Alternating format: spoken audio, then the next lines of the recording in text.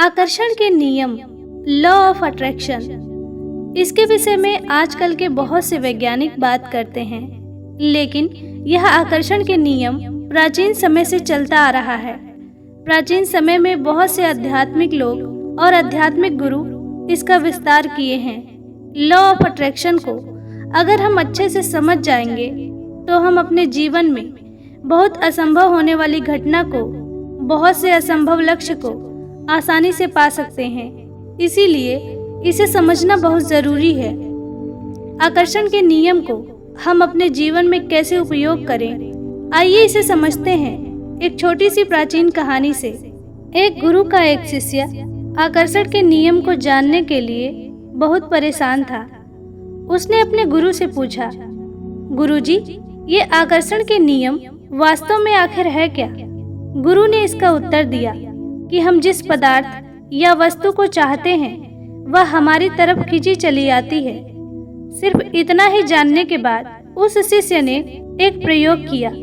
उसने एक बर्तन में पानी भरकर अपने घर के बाहर रख दिया और पूरी शक्ति से सोचने लगा कि यह पानी भाप बनकर उड़ जाएगा।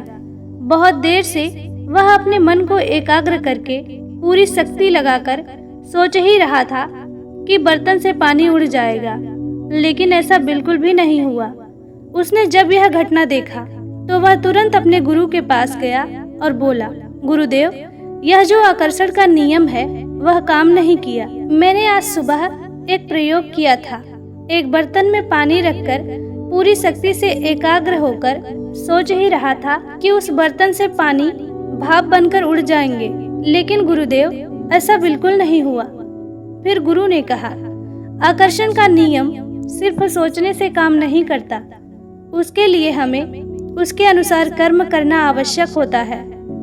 जैसा तुम सोचते हो वैसा ही तुम कर्म करते हो, और अगर तुम केवल सोचते रहोगे, कर्म करोगे नहीं, तो वैसा ही होगा जैसा तुमने आज पानी के बर्तन में देखा। यह कहने के बाद गुरु बोले, चलो कुछ कर्म करते हैं, और शिष्य के साथ गुरु चले गए। गुरु की आज्ञा के अनुसार शिष्य ने लकड़ी इकट्ठा किया और उस भरा हुआ पानी के बर्तन के नीचे आग लगा दिया। कुछ समय बाद पानी पूरी तरह से भाप बनकर उड़ चुका था। गुरु ने कहा, देखा, सोचने के बाद कर्म करना आवश्यक होता है।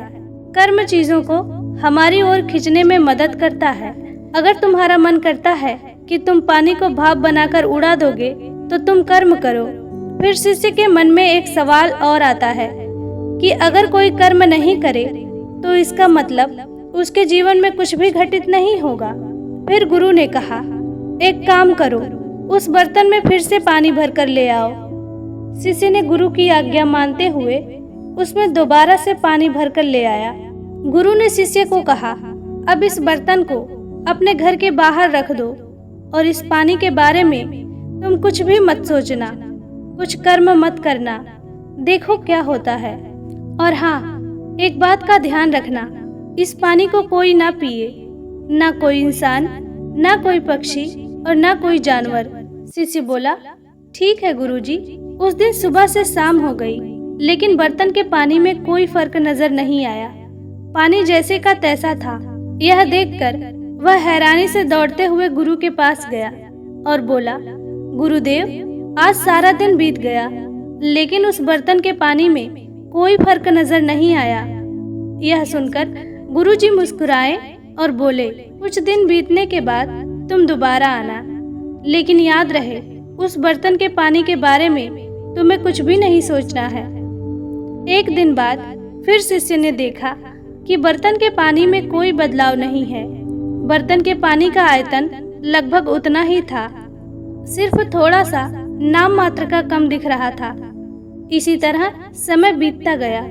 ठीक 7 दिन बीतने के बाद उस बर्तन का पानी पूरा खाली हो गया। यह देखकर शिष्य आश्चर्य हो गया और दौड़ते हुए गुरु जी के पास गया और बोला, गुरुदेव, उस बर्तन का पानी शायद कोई पशु या पक्षी पी गया है। बर्तन बिल्कुल खाली हो गया है। गुरु ने कहा, किसी ने उस बर्तन को खाली नहीं किया। तुम्हारे चाहने या ना चाहने से इस पानी को भाप बनने या जमने से कोई रोक नहीं सकता। यही ब्रह्मांड का नियम है। और यह स्वाभाविक रूप से चलेगा। लेकिन हाँ, अगर तुम कर्म करोगे तो यह हो सकता है कि जिस पानी को उड़ने में 7 दिन लगे, वो क्रिया कुछ ही क्षणों में संपूर्ण किया जा सकता है। फिर शिष्य के दिमाग में एक ख्याल और आया। उसने पूछा, गुरुदेव, जो लोग कर्म करते हैं या चाहते हैं, क्या उन्हें वो हमेशा मिलता है? गुरु ने कहा, नहीं, हमें हमेशा चाही गई चीज हमारे अनुसार नहीं मिलती। शिष्य ने कहा, आखिर ऐसा क्यों गुरुदेव? हम जो चाहते हैं उस चीज को पाने के लिए हम कर्म भी करते हैं, फिर भी वह हमें क्यों नहीं मिलती? तो इससे आकर्षण का नियम झूठा साबित नहीं हो जाएगा? फिर गुरु ने कहा, नहीं, ऐसा नहीं है। हमारी सोच के प्रति समर्पण के कारण ऐसा होता है। अगर हमारी सोच पवित्र नहीं है, अगर हमारे विचार अच्छे नहीं हैं, तो कर्म करके भी हम उसे पा नहीं सकते जो हम चाहते हैं। फिर शिष्य ने कहा, गुरुदेव, मैं कुछ समझा नहीं। गुरु ने कहा, इस बर्तन में दोबारा से पानी भरकर ले आओ। शिष्य के पानी लाने के बाद दोनों शिष्य और गुरु एक गुफा के पास चले गए। गुरु ने शिष्य से फिर कहा कि तुम्हें इस गुफा के अंदर जाना पड़ेगा। क्या अब भी तुम्हें तुम्हारे सवालों के जवाब चाहिए? शिष्य बोला, हाँ गुरुजी। फिर गुरु ने कहा, तुम्हें इस गुफा में सीधे अंदर जाना है और उतना अंदर जाना है जब तक कि तुम्हें ठंड ना लगने लगे। गुफा के अंतिम छोर पर बहुत ठंड से यह पानी वहां जाकर जम जाएगा और वहां बर्फ बन जाएगा। क्या तुम्हें अभी भी अपने सवालों के जवाब चाहिए? शिष्य ने कहा, हाँ गुरुदेव। फिर गुरु ने कहा, याद रहे, तुम्हें इस गुफा से ठीक 2 दिन बाद वापस आना है। 2 दिन बाद ये पानी बर्फ में बदल जाएगा और तुम्हें इस बर्तन में जमा हुआ बर्फ लेकर आना है। उसके बाद शिष्य गुरु की आज्ञा मानकर गुफा के अंदर चला गया। गुफा के अंदर जाते जाते उसे एक जगह ऐसी मिली जहाँ अत्यधिक ठंड थी, लेकिन वहाँ पानी नहीं था। शिष्य ने सोचा, क्यों न यहीं पर बैठ जाएं। 2 दिन में बर्तन का पानी आसानी से बर्फ बन जाएगा। गुफा का वातावरण ऐसा था कि उसे प्यास लग रही थी। कुछ देर बिताने के बाद उसे और रहा नहीं गया। उसने इधर उधर देखा, लेकिन कहीं भी उसे पानी नहीं मिला। फिर उसने सोचा, क्यों न मैं थोड़ा सा पानी इसी बर्तन से पी लूं, और वैसे भी ये तो बर्फ बन जाएगा, तो इससे पानी का स्तर भी पता नहीं चलेगा। यह सोच वह उस बर्तन से थोड़ा पानी पी लिया। प्यास इतनी लगी थी कि उसकी प्यास नहीं बुझी। कुछ समय और बिताने के बाद उसकी प्यास और बढ़ गई थी, लेकिन पानी में बर्फ की मात्रा बढ़ने लगी और वह सोचा, गुफा के थोड़ी बाहर गर्मी है, वहां जाकर बर्फ पिघलाकर थोड़ी और पानी पी लूंगा। और वैसे भी गुरु ने सिर्फ बर्फ लाने को कहा है, मैं बर्तन में थोड़ी सी बर्फ लेकर चला जाऊंगा। और इस तरह करके उसने थोड़ा थोड़ा पानी पी लिया। उसे बार बार प्यास लग रही थी। एक दिन बीत गया और बर्तन का पानी आधा हो चुका था। ठीक दूसरे दिन उसे प्यास इतनी जोर से लगी थी कि उसने बर्तन का पूरा पानी ही पी लिया। फिर भी उसकी प्यास नहीं बुझी और वह पानी की तलाश में व्याकुल होकर गुफा से बाहर चला आया। जैसे ही वह बाहर आया, वहां उसके गुरु पानी लेकर खड़े थे। शिष्य ने तुरंत ही गुरु के हाथों से पानी लेकर पी लिया। गुरु बोले, तुम्हारा बर्तन कहाँ है और बर्तन में जमे बर्फ कहाँ है? यह सुनकर वह शर्मिंदा होते हुए बोला, गुरुजी, प्यास के कारण मैंने सारा पानी पी लिया। और वह निराशा होकर दोबारा बोला, क्या अब मुझे मेरे सवालों के जवाब नहीं मिलेंगे? गुरु ने कहा, उत्तर तो मिल गया, केवल सोचने से कुछ नहीं होता। सोच पवित्र होनी चाहिए, संकल्प दृढ़ होना चाहिए, कर्म सही होना चाहिए, अंतिम पड़ाव तक जाने के लिए हिम्मत होनी चाहिए। इनमें से क्या था जो तुम्हारे पास था? शिष्य ने कहा, केवल सोच थी गुरुजी। गुरु ने फिर कहा, अंतिम समय में तुम्हारी सोच भी तुम्हारे साथ नहीं रहती। क्या जब तुम गुफा से बाहर भागे तब भी तुम्हारी सोच बर्फ जमाने की थी? तब शिष्य बोला, नहीं गुरुजी। गुरु बोले, जब कुछ भी सही नहीं था तो जो तुम चाहते हो वह तुम्हारी तरफ कैसे आकर्षित हो सकती है? फिर शिष्य उदास होकर बोला कि मैं चाहता हूँ कि मुझे बुद्धत्व प्राप्त हो जाए। मैं जागृत हो जाऊं।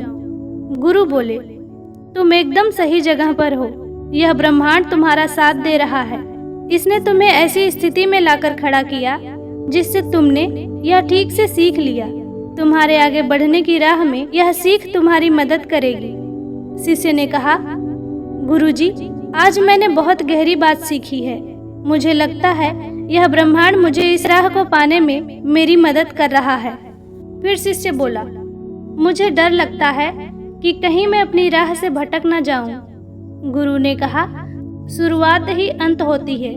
हमारी सोच हमारी शुरुआत होती है और शुरुआत में ही तुम्हें एक अच्छी सीख मिली है। हमारी सोच में भी मिलावट नहीं होनी चाहिए। इसके लिए कुछ भी करने से पहले हमें अपने अंदर को, अपने भीतर को पढ़ लेना चाहिए कि हम जो सोच रहे हैं कहीं यह तात्क्षणिक तो नहीं है, कहीं यह सोच पल भर के लिए तो नहीं है। क्या हम इसी के लिए बने हैं? इसे जानना बहुत जरूरी है। केवल सोच लेने से कुछ नहीं होता। एक सोच आपके लिए रास्ता बनाती है तो दूसरी सोच उसी रास्ते को नष्ट भी कर देती है। इसलिए हमारे मन में दृढ़ता और स्थिरता बहुत जरूरी है। आपकी सोच चीजों को आपकी ओर आकर्षित कर सकती है। आपका कर्म उस चीज को पाने में आसान कर सकता है और आपका दृढ़ संकल्प और पवित्रता उस चीज को पाने के लिए आपको निरंतर बनाए रखता है। दोस्तों, मुझे उम्मीद है आप आकर्षण के नियम को समझ गए होंगे।